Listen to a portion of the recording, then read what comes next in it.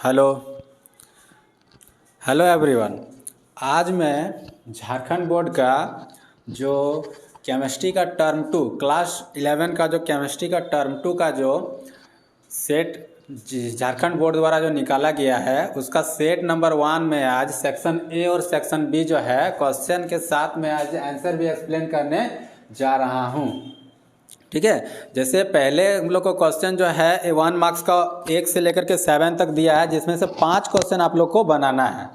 और section B में भी आप लोग को 5 क्वेश्चन जो है बनाना है। ठीक है, तो मैं एक एक क्वेश्चन को सॉल्व कर रहा हूँ आंसर के साथ। आप लोग जो है कॉपी और पेन लेके बैठें, ठीक है, और नोट करें और अच्छे से समझें। ठीक है, तो पहला क्वेश्चन जैसे लिखा हुआ है, write the Lewis dot structure of CO molecules means carbon monoxide. ठीक है, जैसे हम लोग the Lewis dot structure of CO, जैसे हम लोग जानते हैं कि कार्बन का जो एटॉमिक नंबर होता है वो 6 होता है, जो आउटर मोस्ट में जो इलेक्ट्रॉन होता है वो 4 होता है, और ऑक्सीजन का जो एटॉमिक नंबर होता है वो होता है 8। ठीक है, जो आउटर मोस्ट जो इलेक्ट्रॉन होता है वो होता है 6। ठीक है, तो ऑक्सीजन को अपना ऑक्टेस कंप्लीट करने के लिए 2 इलेक्ट्रॉन चाहिए, कार्बन को भी अपना ऑक्टेस कंप्लीट करने के लिए 2 इलेक्ट्रॉन चाहिए। ठीक है, तो हम लोग यहाँ पे डॉट स्ट्रक्चर जो है बनाते हैं। ठीक है, जैसे हम लोग कार्बन का जानते हैं कि आउटर मोस्ट इलेक्ट्रॉन में 6 इलेक्ट्रॉन है, तो 1 2 3 4। फिर जैसे ऑक्सीजन है तो ऑक्सीजन में 6 1 2 3 4 5 6।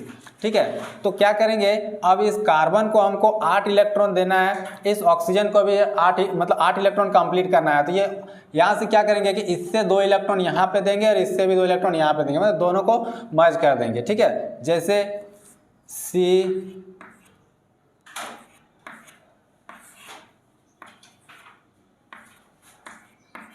चलिए देखिए, जैसे यहाँ पे अगर हम लोग ऑक्सीजन का बात करें तो ऑक्सीजन का बात करते हैं, तो देखिए ये ऑक्सीजन जो है ये अपना 8 इलेक्ट्रॉन जो है कंप्लीट कर रहा है। ऑक्सीजन जो 8 इलेक्ट्रॉन अपना कंप्लीट कर ले रहा है, लेकिन यहाँ पे कार्बन जो है ये 6 ही इलेक्ट्रॉन हो रहा है, 8 इलेक्ट्रॉन यहाँ पे नहीं हो रहा है।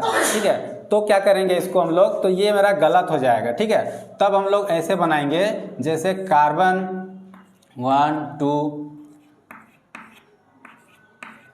ठीक है, ऑक्सीजन से इधर से 2 इलेक्ट्रॉन को हम लोग यहाँ पे ले लेते हैं। ठीक है, अब देखिए, अब ये मेरा बन गया। ठीक है, इस तरह से जो है ऑक्सीजन को भी 8 इलेक्ट्रॉन मिल जा रहा है और कार्बन को भी 8 इलेक्ट्रॉन मेरा मिल जा रहा है। ठीक है, तो इसका जो बनेगा वो आपका बनेगा कार्बन में जो है ट्रिपल बॉन्ड और ये 2 लोन पेयर बच जाएगा। ठीक है, ये पहला क्वेश्चन जो है कंप्लीट हो चुका है। दूसरा क्वेश्चन जैसे है, दूसरा क्वेश्चन है, ये आप लोग का फिल इन द ब्लैंक्स है। इसमें बोल रहा है कि the value of enthalpy change for endothermic reaction is always. ठीक है, तो ये जो इसका जो वैल्यू होता है ये ऑलवेज नेगेटिव होता है। ठीक है, इसका क्वेश्चन हम नहीं लिख रहे हैं, डायरेक्ट इसका आंसर हम बता रहे हैं। ठीक है, तो इसका जो डायरेक्ट आंसर होगा वो आपका होगा नेगेटिव। क्या होगा? नेगेटिव होगा। ठीक है, चलिए थर्ड क्वेश्चन का बात करते हैं। तो थर्ड क्वेश्चन में क्या बोला, right the general electronic configuration of group 13 element. ठीक है, तो ग्रुप 13 एलिमेंट का जो है हम लोग को लिखने बोला है इलेक्ट्रॉनिक कॉन्फ़िगरेशन। ठीक है, तो हम लोग ग्रुप 13 का बात करते हैं, तो जिसमें लोग कोई भी एलिमेंट एक ले सकते हैं, एल्युमिनियम ले सकते हैं। तो हम लोग जानते हैं कि अगर हम लोग एल्युमिनियम का बात करते हैं, जैसे हम लोग एल्युमिनियम का बात करते हैं, तो एल्युमिनियम का जो होता है वो आपका एटॉमिक नंबर होता है आपका 13 होता है। तो इसका अगर हम लोग इलेक्ट्रॉनिक कॉन्फ़िगरेशन करेंगे तो कैसे करेंगे, 1s2 2s2 2p6। ठीक है, 2p6, फिर हो जाएगा 3s2, फिर हो जाएगा 3p1। ठीक है, तो हम लोग यहाँ पे देख रहे हैं कि यहाँ से यहाँ तक जो एक नोवेल गैस बन जा रहा है। क्या बन जा रहा है? नोवेल गैस बन जा रहा है यहाँ से यहाँ तक। ठीक है, ये इलेक्ट्रॉन मेरा जो है ये आउटर मोस्ट में जा रहा है, तो हम लोग इसको ऐसे बोल सकते हैं कि electronic configuration of group 13, electronic configuration of group 13। ठीक है, तो इसको हम लोग ऐसे लिख सकते हैं, क्या लिख सकते हैं, नोवेल गैस।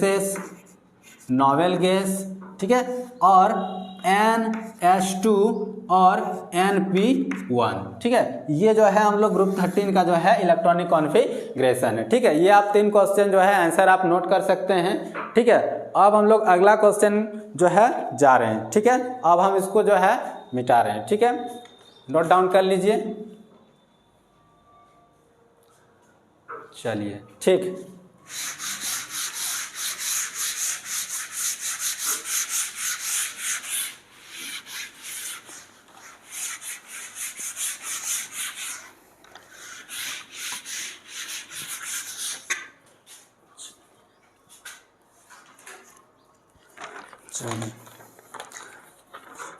अब हम लोग क्वेश्चन नंबर 4 का बात करते हैं। इसमें लोग पीएच का वैल्यू पूछा है। किसका पूछा है? पीएच का वैल्यू पूछा है। जैसे कैलकुलेट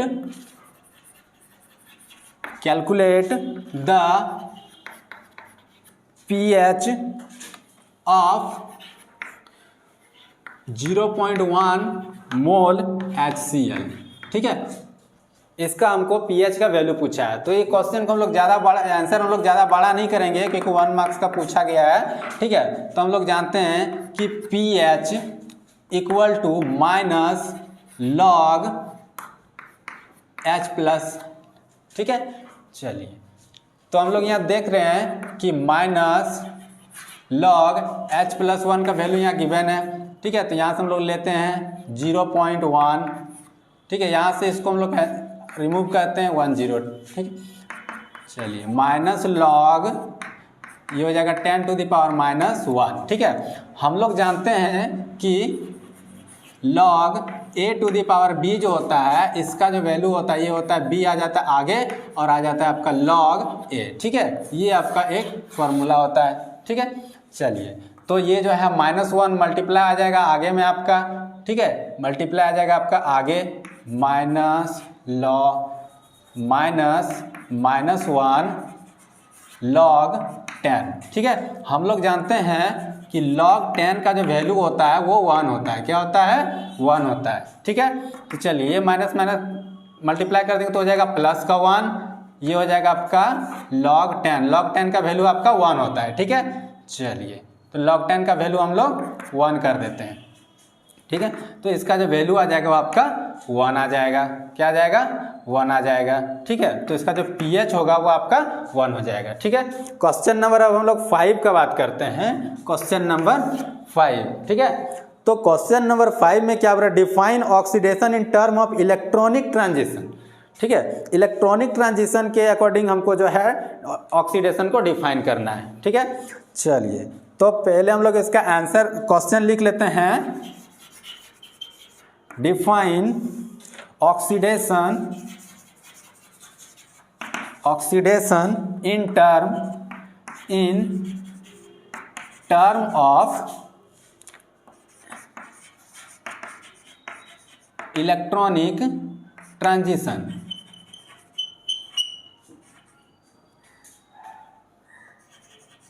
ट्रांजिशन। ठीक है, चलिए तो आंसर का हम लोग बात करते हैं कि ऑक्सीडेशन अगर हम लोग इलेक्ट्रॉनिक ट्रांजिशन के अकॉर्डिंग अगर हम लोग बात करेंगे तो जो ऑक्सीडेशन होगा ये आपका क्या होगा? एक प्रोसेस होगा जो है लॉस ऑफ इलेक्ट्रॉन। ठीक है, जो इलेक्ट्रॉन को लॉस करेगा बाय सब्सटेंस एटम्स, जिसमें आपका एटम्स भी हो सकता है, मॉलिक्यूल्स भी हो सकता है और आयंस भी हो सकता है। ठीक है, चलिए तो आंसर लिखते हैं। द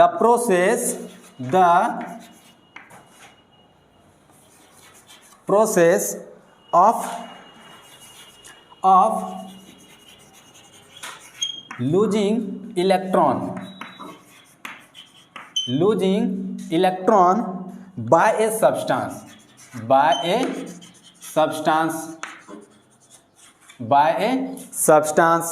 ठीक है, तो बाय ए सब्सटेंस मीन्स यहाँ पे एटम्स भी हो सकता है। ठीक है, मॉलिक्यूल्स भी हो सकते हैं और आयंस भी। ठीक है, चलिए इज कॉल्ड ऑक्सीडेशन। ठीक है, चलिए आप ये 2 क्वेश्चन को नोट डाउन कर लीजिए। ठीक है, इसके बाद हम इसको जो हटा देंगे। ठीक है, चलिए नोट डाउन कर लीजिए 2 क्वेश्चन को।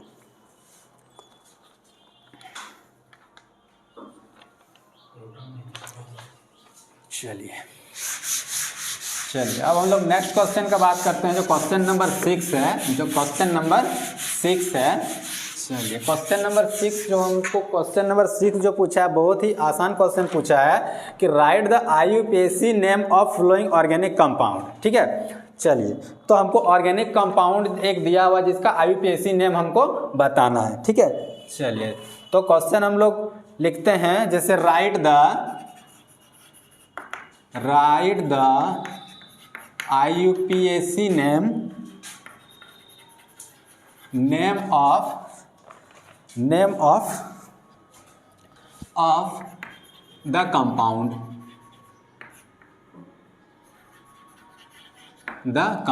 ठीक है। तो ये जो मेरा कंपाउंड दिया हुआ है, क्या दिया हुआ है, CH3 CH2 CH, ठीक है, फिर आपका single bond CH, double bond CH2, ये मेरा गिवन है। और यहाँ से मतलब एक जो है ग्रुप लगा हुआ है CH3। ठीक है, चलिए तो हम लोग IUPAC नेम जब भी करते हैं तो सबसे पहले हम लोग लॉन्गेस्ट चेन को देखते हैं। किसको देखते हैं, लॉन्गेस्ट चेन ऑफ कार्बन। ठीक है, तो अगर हम लोग यहाँ से काउंट करते हैं 1 2 3 4, तो इधर तो 4 ही आ रहा है। ठीक है, इधर से काउंट करते हैं 1 2 3 और ये 4, ये भी 4 ही आ रहा है। ठीक है, तो हम लोग ऐसे काउंट करते हैं 1 2 3 4 5, लॉन्गेस्ट चेन मेरा यही आ रहा है, लॉन्गेस्ट चेन मेरा यही आ रहा है। ठीक है, तो हम लोग किधर से काउंट करना शुरू करेंगे, इधर से। क्यों इधर से शुरू करेंगे, 1 2 3 4 एंड 5। ठीक है, इधर से हम लोग 1 क्यों शुरू किए, क्योंकि हम लोग जो है पहले हम लोग फंक्शनल ग्रुप को प्रायोरिटी देते हैं, लेकिन यहाँ पे फंक्शनल ग्रुप तो यहाँ 3 पे है, जो है दोनों तरफ से सेम है, लेकिन यहाँ पे देखिए यहाँ पे डबल बॉन्ड है। ठीक है, तो हम लोग डबल बॉन्ड को भी प्रायोरिटी पहले देते हैं कि तो डबल बॉन्ड जिधर है उधर से ही हम लोग जो है नंबर ऑफ कार्बन को काउंटिंग करते हैं। ठीक है, चलिए तो 1 2 3 4 एंड 5, 5 कार्बन है तो पेंट होगा, 5 कार्बन है तो पेंट होगा। ठीक है, अब फंक्शनल ग्रुप जो है कितना पे है, 1 2 3, कहाँ पे है 3, तो 5, तो 3 पे देखिए ये मिथाइल है, क्या है ये, मिथाइल ग्रुप है ये। ठीक है, ये मिथाइल ग्रुप है, तो इसका आंसर क्या हो जाएगा, 3 मिथाइल। ठीक है, 3 मिथाइल पेंट 2 इन। ठीक है, इन क्यों लगा, क्योंकि यहाँ पे डबल बॉन्ड है, क्योंकि यहाँ पे डबल बॉन्ड है। ठीक है, चलिए अब क्वेश्चन नंबर हम लोग ये 6 था। ठीक है, अब क्वेश्चन नंबर जो है हम लोग 7 का बात करते हैं। ठीक है, तो 7 में क्या बोला है कि write the structure of 6 isomers for but 2 ene. ठीक है, ब्यूट 2 इन पूछा है, मतलब ब्यूट पूछा है मतलब क्या, 4 कार्बन होगा। ठीक है, चलिए 4 कार्बन होगा। चलिए तो write the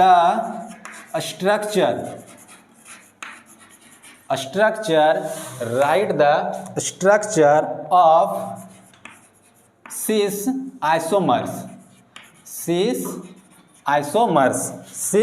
isomers for but 2 ene. चलिए ठीक है, देखिए अब हम लोग बात करते हैं 6 आइसोमर्स। तो 6 आइसोमर्स में क्या होता है कि जो कार्बन जो फंक्शनल ग्रुप होगा वो एक ही साइड होगा, क्या होगा, एक ही साइड होगा। ठीक है, तो जैसे हम लोग पहले कार्बन लेते हैं, कार्बन ब्यूट इन है तो डबल बॉन्ड। ठीक है, 2 इन। चलिए ऐसे ले लेते हैं, यहाँ पे लगा देते हैं CH3, यहाँ पे लगा देते हैं CH3। इस तरह से जो स्ट्रक्चर बनेगा वो मेरा क्या बनेगा, 6 आइसोमर्स बनेगा। क्या बनेगा, 6 आइसोमर्स। ठीक है, ऐसे जो है ये 6 आइसोमर्स। अगर मेरा ये देखिए ये और ये अगर डिफरेंट हो जाएगा, एक इधर अगर लटक जाएगा, जैसे हम लोग इधर ले लेते हैं, अगर CH3 इधर दे देते हैं और इधर CH3 एक दे देते हैं। ठीक है, एक CH3 इधर, एक CH3, एक H इधर, अगर हम लोग इसको ऐसे कर देते हैं कोना कोना में, तो हो जाएगा ट्रांस। क्या हो जाएगा, ट्रांस आइसोमर्स हो जाएगा। क्या हो जाएगा, ट्रांस आइसोमर्स हो जाएगा। और ये जो है ये आपका 6 आइसोमर्स हो जाएगा। क्या हो जाएगा, 6 आइसोमर्स। ठीक है, जो एक ही तरफ रहेगा वो 6 आइसोमर्स होगा, और जो डिफरेंट के तरफ हो जाएगा, अपोजिट साइड हो जाएगा, वो आपका ट्रांस आइसोमर्स हो जाएगा। ठीक है, चलिए ठीक है, चलिए अब नेक्स्ट क्वेश्चन चलते हैं। जो नेक्स्ट क्वेश्चन है वो आपका ग्रुप बी का है। ठीक है, सेक्शन बी का है। ओके,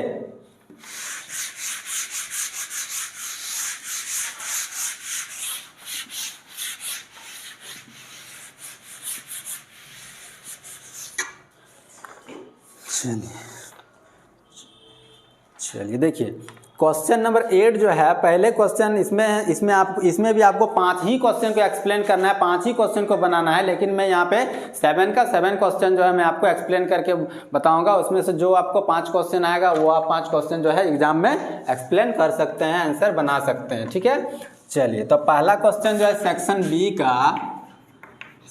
बी का जो पहला क्वेश्चन है, चलिए derive relationship between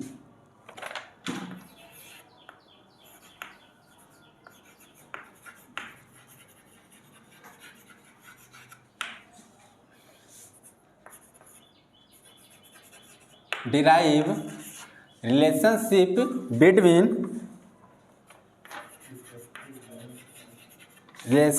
between delta H and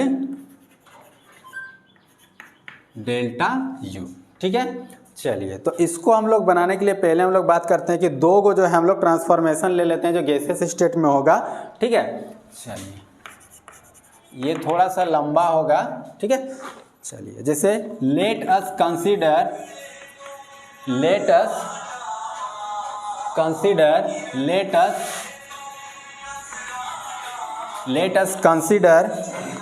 the following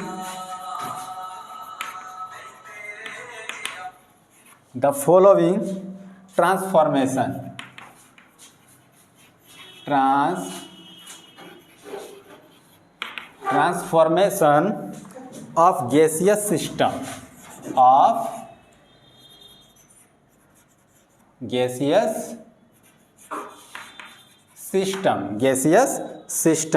system A. ठीक है, into gaseous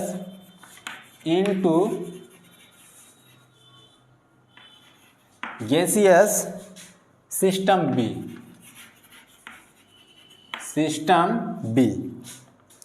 at constant temperature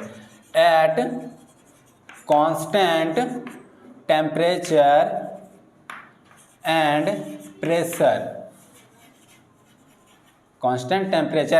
pressure। ठीक है, चलिए तो इधर हम लोग लेते हैं, जैसे हम लोग गैसियस सिस्टम ए का बात करेंगे तो गैसियस सिस्टम ए में जो प्रेशर होगा वो P होगा। ठीक है, कांस्टेंट है तो गैसियस सिस्टम ए में भी P होगा, गैसियस सिस्टम बी में भी P ही होगा। ठीक है, तो हम लोग इधर ले लेते हैं सिस्टम ए और इधर ले लेते हैं सिस्टम बी। ठीक है, इधर ले लेते हैं सिस्टम बी। चलिए अब देखिए कांस्टेंट टेम्परेचर एंड प्रेशर है, टेम्परेचर और प्रेशर जो है वो क्या है आपका कांस्टेंट है। ठीक है, तो हम लोग यहाँ प्रेशर जो है P ले लेते हैं, इधर ये भी P, दोनों जगह कांस्टेंट इसीलिए P होगा। ठीक है, टेम्परेचर भी दोनों जगह कांस्टेंट है तो टेम्परेचर भी जो है T होगा। ठीक है, अब देखिए अब हम लोग यहाँ पे लेते हैं, ठीक है, नंबर ऑफ मोल। ठीक है, नंबर ऑफ मोल जो है तो नंबर ऑफ मोल कांस्टेंट नहीं है, तो अगर इधर हम लोग Na या N1 लेते हैं तो इधर हो जाएगा मेरा N2, क्या हो जाएगा N2 हो जाएगा, इधर N2 हो जाएगा। अब हम लोग लेते हैं वॉल्यूम, तो वॉल्यूम भी जो है कांस्टेंट नहीं है, वॉल्यूम भी कांस्टेंट नहीं है, इसीलिए इधर ले लेते हैं V1 और इधर ले लेते हैं V2, ऐसे ले लेते हैं। ठीक है, चलिए अब हम लोग बात करते हैं, ठीक है, ideal gas equation into gaseous system. ठीक है, दो गैसियस सिस्टम में जो है आइडियल गैस इक्वेशन क्या होता है, आइडियल गैस इक्वेशन। ठीक है, आइडियल गैस इक्वेशन क्या होता है आपका जो है, चलिए इधर वाला का बात करते हैं, PV1 equal to N1 RT, इसको इक्वेशन 1 लेते हैं। ठीक है, दूसरा इक्वेशन हो जाएगा PV2 equal to N2 RT। ठीक है, ये हो जाएगा। अब हम लोग इक्वेशन 1 और इक्वेशन 2 को सॉल्व करते हैं। ठीक है, सब्ट्रैक्ट इक्वेशन 1 इन 2। ठीक है, 2 में इक्वेशन 1 को हम लोग सब्ट्रैक्ट कर रहे हैं। ठीक है, तो क्या हो जाएगा PV2 माइनस PV1, ये हो जाएगा। ठीक है, equal to N2 RT minus N1 RT, ये हो जाएगा मेरा। ठीक है, तो यहाँ से P और P दोनों कॉमन है, तो P को कॉमन लेते हैं तो हो जाएगा V2 minus V1 equal to N। ठीक है, यहाँ पे RT मेरा कॉमन है, तो RT को कॉमन लेते हैं तो हो जाएगा N2 माइनस N1 हो जाएगा मेरा, N2 माइनस N1 हो जाएगा। चलिए अब हम लोग इधर बात करते हैं। ठीक है, इधर बात करते हैं। ठीक है, तो इधर बात करते हैं तो आपका हो जाएगा जैसे, ठीक है, चलिए तो ये क्या हो जाएगा, जैसे देखिए ये चेंज हो रहा है, यहाँ पे क्या हो रहा है, ये देखिए ये यहाँ पे ये चेंज हो रहा है, तो चेंज हो जाएगा तो यहाँ पे क्या लिख सकते हैं, P डेल्टा भी equal to delta n gaseous. ठीक है, यहाँ जी में जी का मतलब है गैसियस, RT, इसको इक्वेशन हम लोग 3 ले लेते हैं। ठीक है, हम लोग जानते हैं वी नो दैट, क्या जानते हैं, we know that delta H equal to delta U plus P delta V, ये होता है जो है इक्वेशन आपका 4 ले लेते हैं। ठीक है, अब इक्वेशन 3 और 4 का बात करते हैं, इक्वेशन 3 और 4 का हम लोग जो है बात करते हैं। ठीक है, चलिए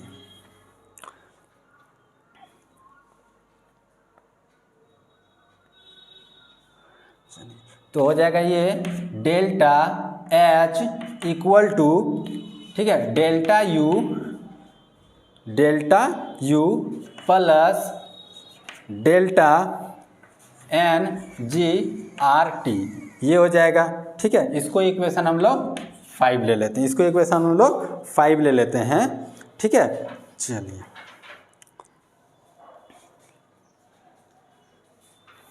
अब है एक्सप्लेन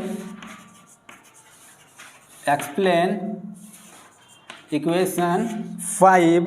ठीक है, is the desire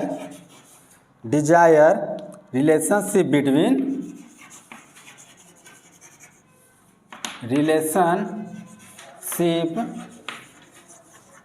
between delta, ठीक है, delta H and delta U। ठीक है, चलिए ये आपका क्वेश्चन नंबर जो 8 थोड़ा सा लॉन्ग है। ठीक है, जो आपका ये कंप्लीट हो चुका है, थोड़ा सा और लिख लीजिए, where,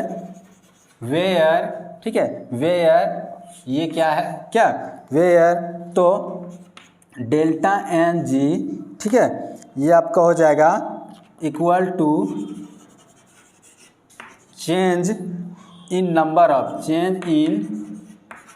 number of moles of gaseous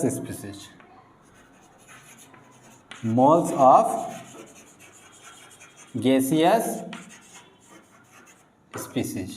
ठीक है, चलिए ये आपका क्वेश्चन नंबर 8 जो है ये आपका कंप्लीट हो चुका है। चलिए अब हम लोग क्वेश्चन नंबर 9 में चलते हैं, क्वेश्चन नंबर 9 में चलते हैं।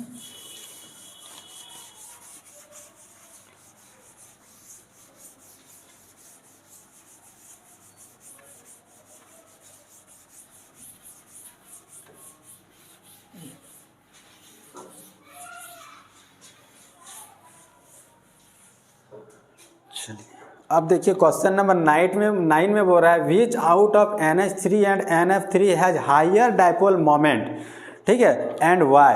ठीक है, इसमें बोल रहा है कि कौन हायर जो है डाइपोल मोमेंट है और क्यों। ठीक है, कौन है और क्यों है, जैसे ये 2 है तो 2 में से जैसे NH3 और NF3 में किसका डाइपोल मोमेंट जो है हायर होगा और क्यों होगा, हायर होगा और क्यों होगा। ठीक है, चलिए तो क्वेश्चन लिखते हैं। ठीक है, चलिए तो क्वेश्चन को हम नोट करते हैं, जिससे विच आउट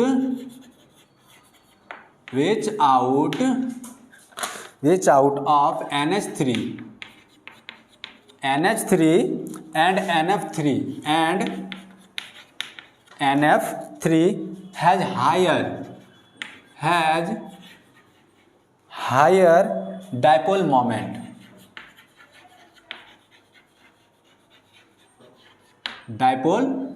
मोमेंट एंड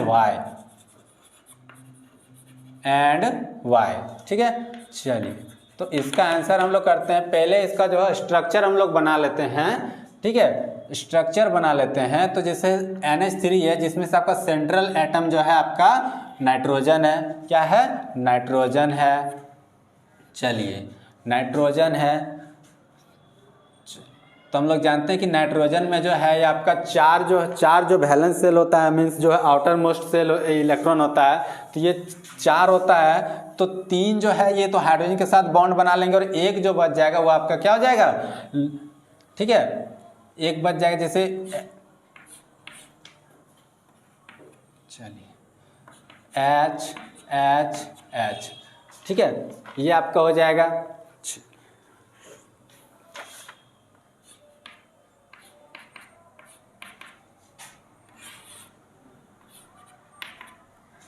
और NF3 का बात करते हैं, तो इसमें भी सेंट्रल एटम N है। क्या है? N है। F,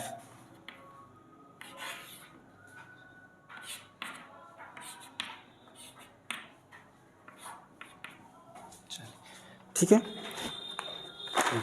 तो इसका आंसर हम लोग लिख रहे हैं, ठीक है। जैसे लिख रहे हैं NH3 has higher dipole moment. NH3 जो है हायर डाइपोल मोमेंट है, ठीक है, डाइपोल मोमेंट है, ठीक है। Then NF3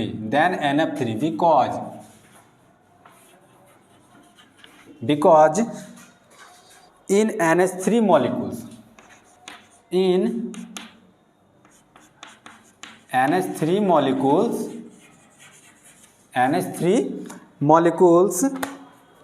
the resultant bond pair है ना, the resultant bond pair and bond pair moment and the lone pair moment act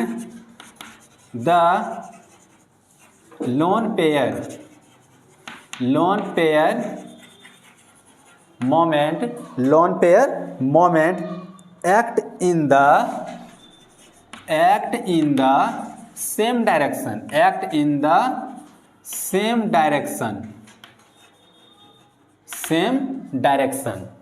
direction, ठीक है। so and therefore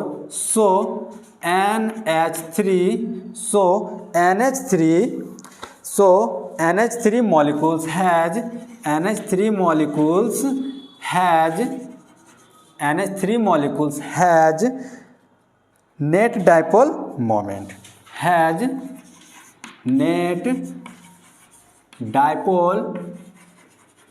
moment greater,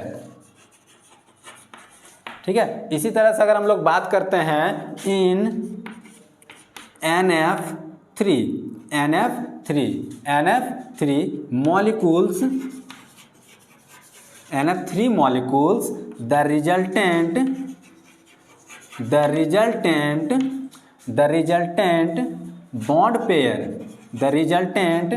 bond pair moment and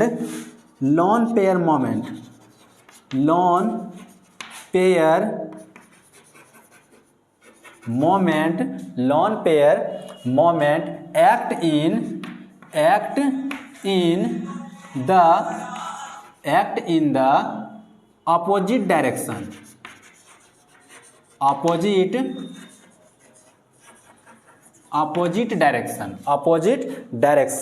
so on NF3 molecules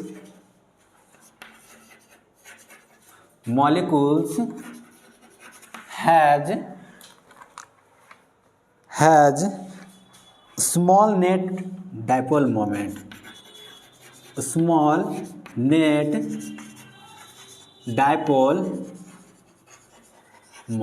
ठीक है। चलिए ये आपका जो है क्वेश्चन नंबर 9 का जो है आंसर जो है यहाँ पे हम एक्सप्लेन कर दिए हैं। ठीक है, चलिए अब नेक्स्ट क्वेश्चन जो है क्वेश्चन नंबर 10 जो है करते हैं। ठीक है,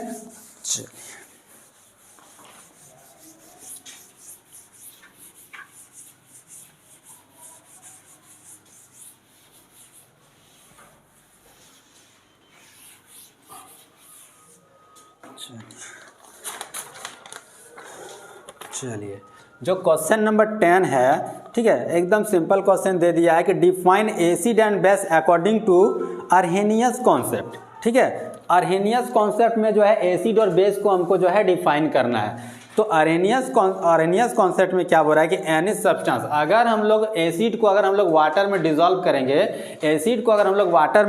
करेंगे, तो जो है प्लस एच आयन जो है बनेगा। ठीक है, प्लस एच आयन जो मेरा बनेगा। ठीक है, अगर मेरा प्लस एच आयन बन रहा है तो वो जो है एसिड प्रॉपर्टीज का होगा। ठीक है, और अगर H प्लस आयन अगर नहीं बन रहा है तो वो एसिड प्रॉपर्टीज का नहीं होगा। ठीक है, यही अर्हेनियस कॉन्सेप्ट था एसिड और बेस का। अगर हम लोग बेस को अगर हम लोग वाटर में डिजोल्व करते हैं तो माइनस ओ एच आयंस जो है बनाएगा। ठीक है, माइनस ओ एच आयंस अगर बनाएगा, अगर किसी सब्सटेंस को अगर हम लोग वाटर में डिजोल्व करते हैं, अगर उसमें से मेरा अगर माइनस ओ एच जो है बना रहा है तो वो सब्सटेंस क्या होगा, वो आपका बेस होगा। ठीक है, चलिए नेक्स्ट क्वेश्चन जो क्वेश्चन नंबर 10 है इसको हम लोग डिफाइन कर रहे हैं। ठीक है, चलिए क्वेश्चन नंबर 10 डिफाइन कर रहे हैं। Define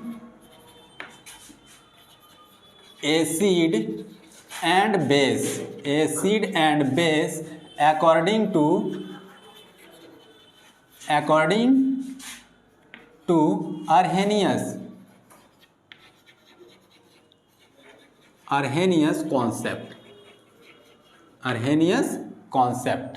अर्हेनियस concept. ठीक है, चलिए तो एसिड का डेफिनेशन लिखते हैं हम लोग। पहले एसिड का डेफिनेशन लिखते हैं अकॉर्डिंग टू अर्हेनियस कॉन्सेप्ट। ठीक है, चलिए लिखते हैं any substance which gives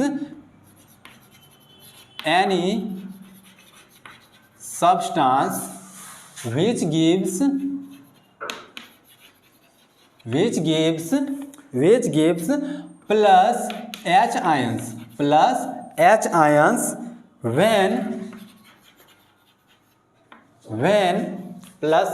ions when dissolve in water,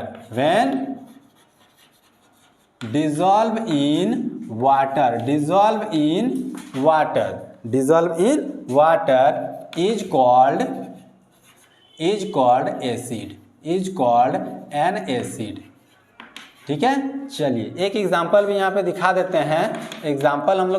हैं। जैसे HCl हाइड्रोक्लोरिक एसिड को हम लोग अगर हम लोग वाटर में डिजोल्व करते हैं तो ये हमें H प्लस देगा और Cl माइनस बनाएगा। ठीक है, अब हम लोग बात करते हैं base according to Arrhenius concept. तो बेस, ठीक है, तो any substance which gives minus OH ions. ठीक है, any substance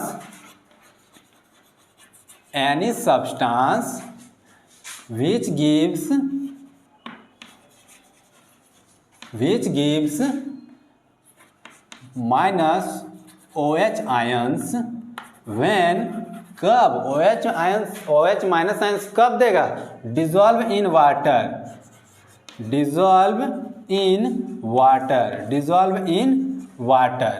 is called a base। ठीक है, चलिए एग्जांपल हम दिखाते हैं। एग्जांपल क्या दिखा रहे हैं, क्या है, जैसे हम लोग NaOH लेते हैं, NaOH सोडियम हाइड्रोक्साइड को जब हम लोग वाटर में डिजोल्व करते हैं तो ये देता है हमको Na प्लस, और यहाँ पे OH जो है माइनस आयन बना रहा है, यहाँ OH माइनस आयन बना रहा है। ठीक है, तो ये मेरा बेस होगा अकॉर्डिंग टू अर्हेनियस इक्वेशन। ठीक है, चलिए तो क्वेश्चन नंबर हम लोग 11 पे चलते हैं। तो इस क्वेश्चन को हटा रहे हैं क्योंकि क्वेश्चन थोड़ा सा बड़ा है। ठीक है, चलिए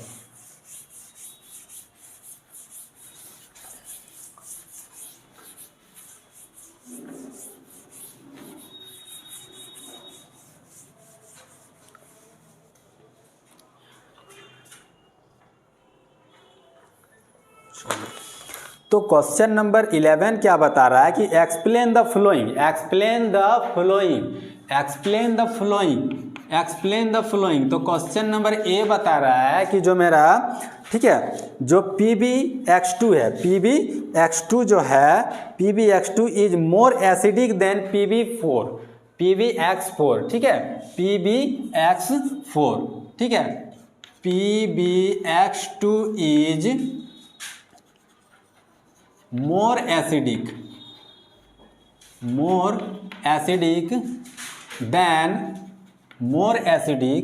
than PbX4, ठीक है। चलिए इसका एक्सप्लेन करते हैं हम लोग, कैसे जो है ये मेरा मोर एसिडिक है, ठीक है। चलिए, तो PbX2 is more stable then, PbX2 is more stable than PbX4, PbX4, ठीक है। चलिए अब यहाँ पे X जो है ये मेरा क्लोरीन ब्रोमीन, ठीक है, क्लोरीन ब्रोमीन जो है आपका ग्रुप 17 के एलिमेंट होगा, ठीक है। चलिए,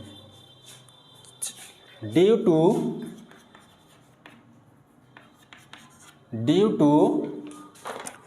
to inert pair effect, inert pair effect, ठीक है, inert pair effect, the +2 oxidation state of Pb is more stable than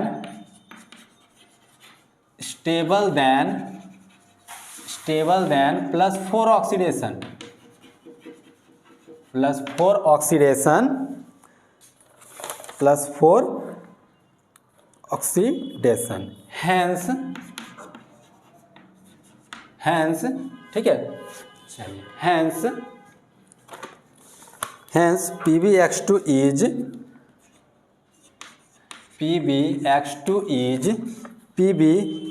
is more stable, ठीक है, जो PbX2 होगा वो मोर स्टेबल होगा, मोर स्टेबल देन PbX4 जो है, इससे ये ज़्यादा जो है स्टेबल होगा, ठीक है, ज़्यादा स्टेबल होगा। So on PbX2 is more acidic then PbX4, ठीक है।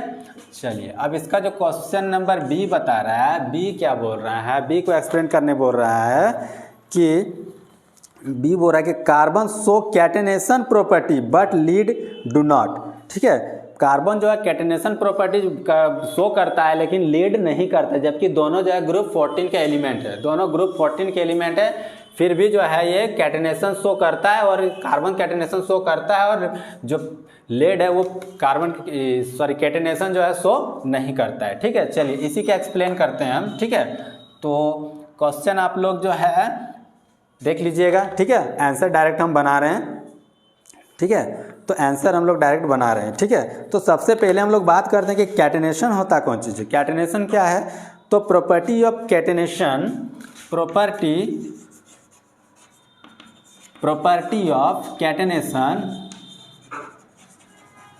property of catenation depend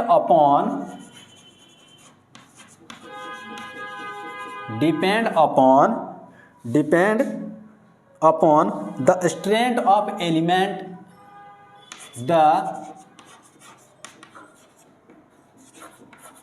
strength, ठीक है, the strength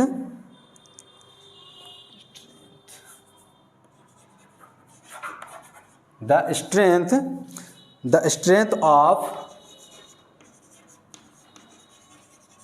एलिमेंट,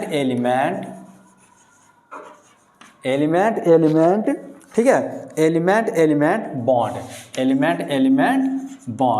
ठीक है, element bond which in turn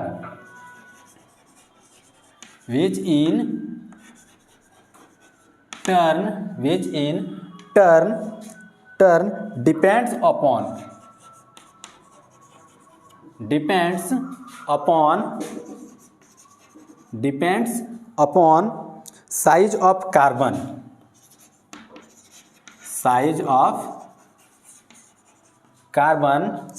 carbon is much smaller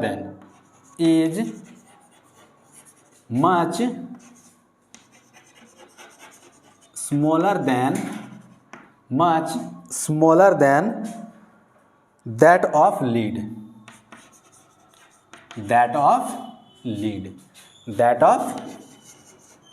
lead, ठीक है। चलिए, ये तीनों क्वेश्चन एक एक मार्क्स का पूछा गया है, तो इतना आपका एक मार्क्स के लिए काफ़ी है, ठीक है। चलिए, क्वेश्चन नंबर सी जो है सी में क्या बता रहा है, सी में बोल रहा है graphite is used as lubricants, ठीक है। ग्रेफाइट को जब हम लोग लुब्रिकेंट्स में यूज करते हैं, वाई, क्यों, ठीक है, इसका एक्सप्लेन हमको करना है, ठीक है। चलिए, तो बात करते हैं इन graphite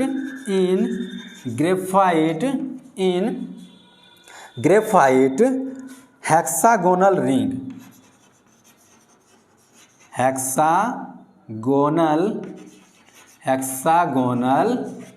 ring, hexagonal ring are present in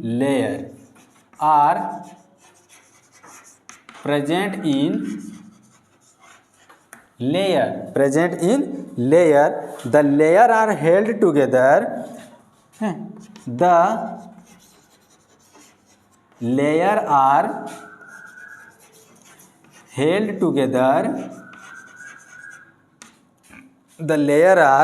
held together, by weak van der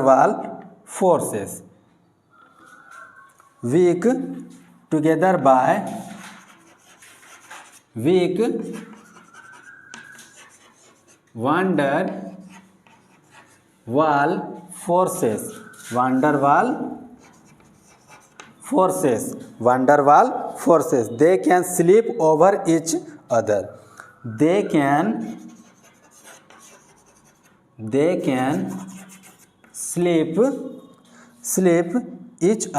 slip over each other। चलिए, ठीक है। चलिए, ये क्वेश्चन हो गया कंप्लीट, ठीक है। नेक्स्ट क्वेश्चन जो है 12, ठीक है। क्वेश्चन नंबर 12 का बात करते हैं।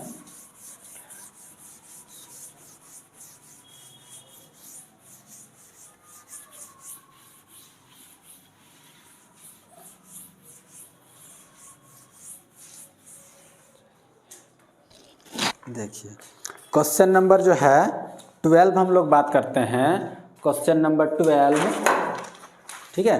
क्वेश्चन नंबर 12 क्या बता रहा है कि assign oxidation number to the following underline element, ठीक है। यहाँ पे कुछ जो है कंपाउंड दिया हुआ, उस कंपाउंड में जो एलिमेंट जो अंडरलाइन किया उसका हमको ऑक्सीडेशन नंबर जो है फाइंड करना है, ठीक है। ऑक्सीडेशन नंबर जो हमको फाइंड करना है, ठीक है। तो क्वेश्चन नंबर 12 का पहला जो है आपका क्वेश्चन है KMnO4, ठीक है। इसमें से हमको जो है Mn का जो है ऑक्सीडेशन स्टेट जो है हमको फाइंड आउट करना है, ठीक है। चलिए, ठीक है।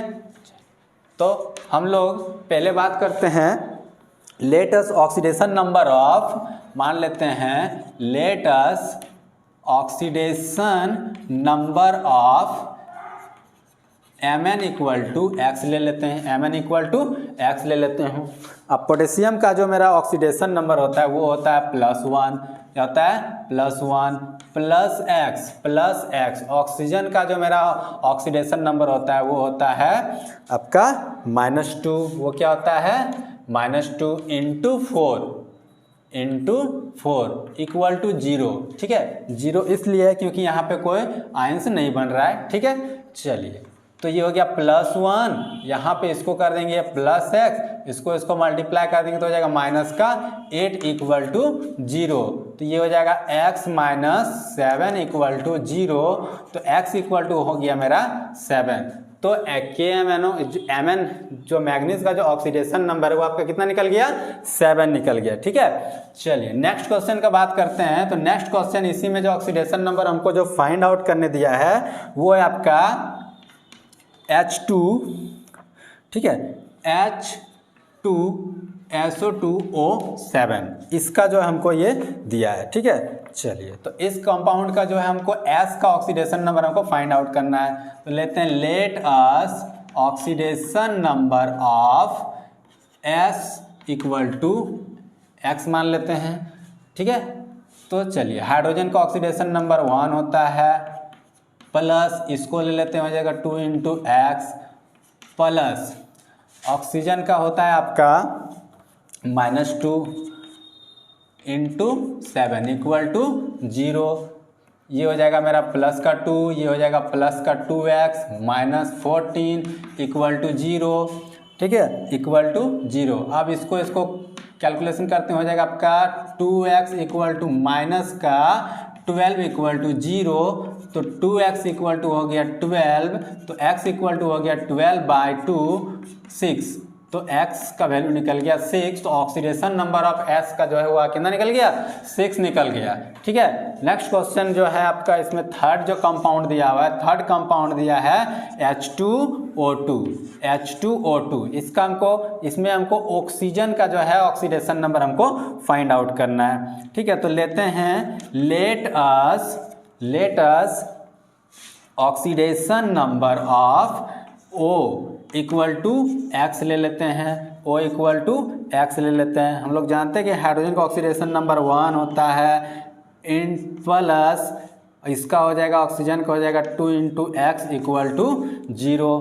तो ये हो गया 2 + 2x इक्वल टू 0। तो 2x इक्वल टू हो गया -2, तो x इक्वल टू हो गया -2, x इक्वल टू हो गया -2/2, कैंसिल करेंगे 1, तो x इक्वल टू आ गया -1। तो यहाँ पे इसका जो ऑक्सीडेशन नंबर आ गया 1। ठीक है, चलिए ये क्वेश्चन नंबर 12 भी कंप्लीट हो चुका है। ठीक है, चलिए अब जो है अब जैसे है अब हम लोग सेक्शन बी का जो है लास्ट क्वेश्चन करने वाले हैं। ठीक है,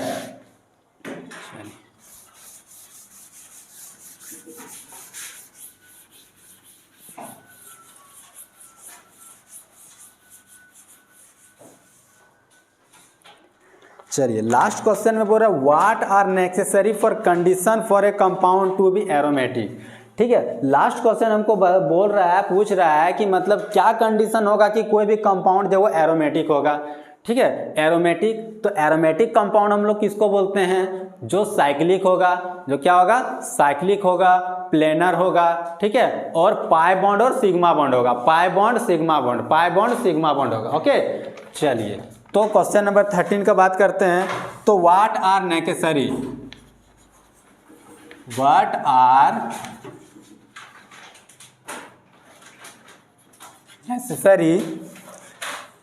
condition for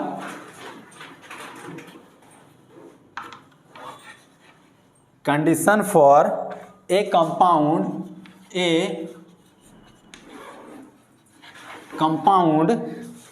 to be aromatic,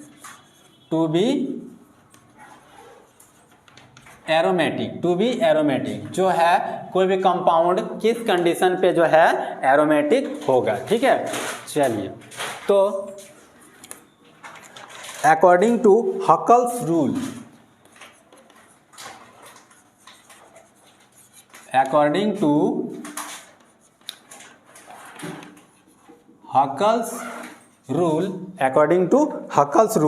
the necessary condition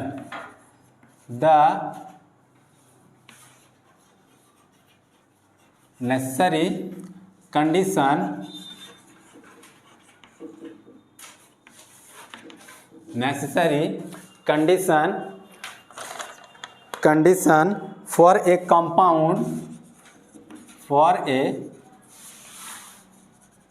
compound to be aromatic. ठीक है, चलिए तो पहला हम लोग बात करते हैं, पहला क्या होना चाहिए, पहला होना चाहिए the compound should be cyclic, the compound should be cyclic, पहला ये कंडीशन होना चाहिए। दूसरा कंडीशन क्या होना चाहिए, the compound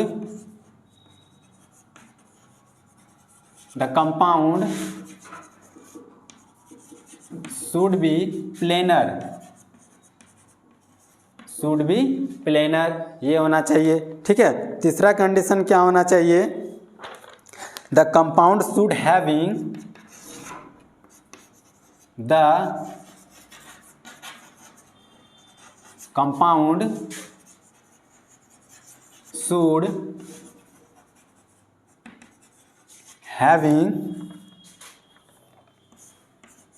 four n + 2 pi electron completely delocalised. ठीक है, ये जो है आपका 3 कंडीशन होना चाहिए। ठीक है, अगर हम लोग एग्जांपल में ले सकते हैं तो देखिए, एग्जांपल में हम लोग बेंजीन ले लेते हैं, एग्जांपल में हम लोग बेंजीन लेते हैं। बेंजीन देखिए, ये आपका साइक्लिक भी है, प्लेनर भी है, और आपका एक सिग्मा बॉन्ड और एक पाई बॉन्ड है, मतलब सिग्मा बॉन्ड पाई बॉन्ड है। ठीक है, चलिए आप लोग का जो है सेक्शन ए और सेक्शन बी का जो है क्वेश्चन जो है पूरा एक्सप्लेन कर दिए हैं। ठीक है, चलिए, थैंक यू।